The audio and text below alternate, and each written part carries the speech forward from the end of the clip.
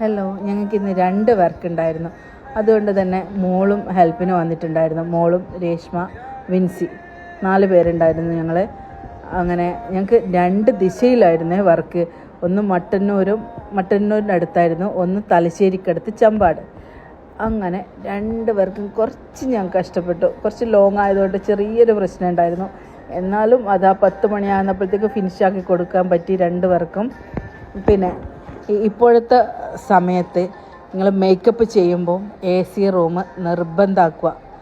അറിയാലോ, നിങ്ങൾക്ക് AC റൂമിൽ നിൽക്കുകയാണെങ്കിൽ മാത്രമേ ഈ മേക്കപ്പൊക്കെ ഒലിച്ചു പോകാതിരിക്കാൻ പറ്റുള്ളൂ.